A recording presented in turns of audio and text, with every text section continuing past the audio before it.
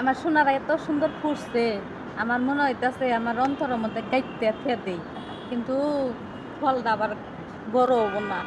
কি কষ্ট, হাইরে কষ্ট। আমার মনে হইতাছে আমার হৃদয়ের মধ্যে গাইতে থুই।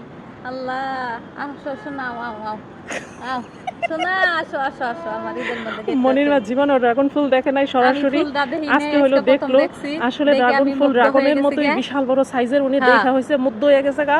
আমি পাগল হইতাছি, আমি পাগল আমি পাগল। এখন সে চাইতেছে ফুলটা সিরা নিয়ে যাইতে। চিন্তা করছেন এই ফুলটার মধ্যে কত বড় একটা ফল হবে। আমি মাথা খোপার মধ্যে দিতাম। আর এমন সুন্দর গ্রান আসতেছে, আপনাদেরকে কি বলবো বলে বুঝাইতে পারবো না। গ্রানটা যদি পাঠাই দেওয়া যাইতো, বিশ্বাস করেন আমি পাঠাই দিতাম আপনাদেরকে। বন্ধু আবার ভাঙ্গা ফালাইন না কিন্তু, ছাড়েন আমার ফুল, ছাড়েন আমার ফুল, ছাড়েন।